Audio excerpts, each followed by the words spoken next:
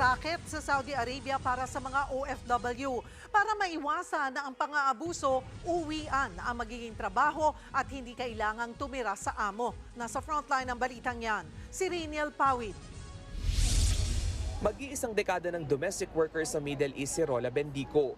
Gaya ng marami, nakipagsapalaran siya sa ibang bansa para suportahan ng pamilya. Swertihan aniya ang pangangamuhan. May mga amo din na hindi pinapayagan mag-off or may yung sa cellphone. Mga password na kinukuha nila, hindi hawak ng mga tao sa katulad namin. Ang mga pangamba na yan ng mga OFW, maiibsan na raw sa bagong industriyang binuksan ng Saudi Arabian government. Naghahanap sila ng mga residential support worker. Sila yung hindi titira sa bahay ng mga employer.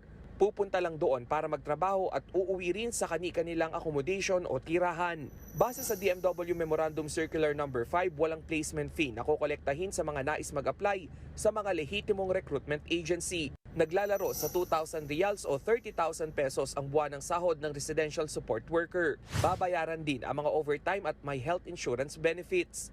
Bibigyan din sila ng libreng accommodation at hatid sundo ng kanilang transportation service. Tiwala ang DMW sa ganitong sistema. Yung mga issues pagdating sa labor complaints, welfare cases, exit visa, inaasahan natin na hindi na ito magkakaroon tayo ng ganong kalaking problema.